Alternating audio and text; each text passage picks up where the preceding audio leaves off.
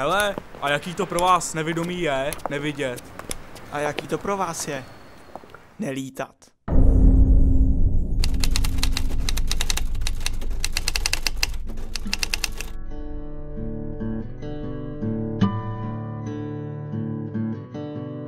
S možnostma střílení nevidomých v lukostřelbě u nás a ve světě je to obrovský rozdíl.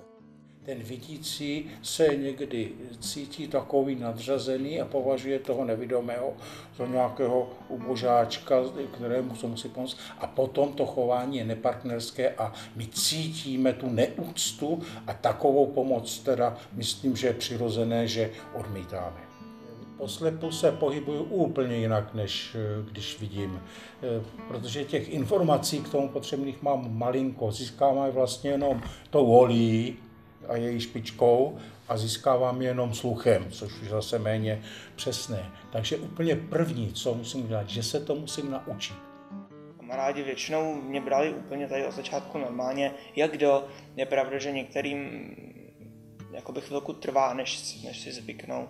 Ale přece jenom je to třeba asi něco jiného, nikdy se s nevědomými nesetkali, ale většinou je to v pohodě.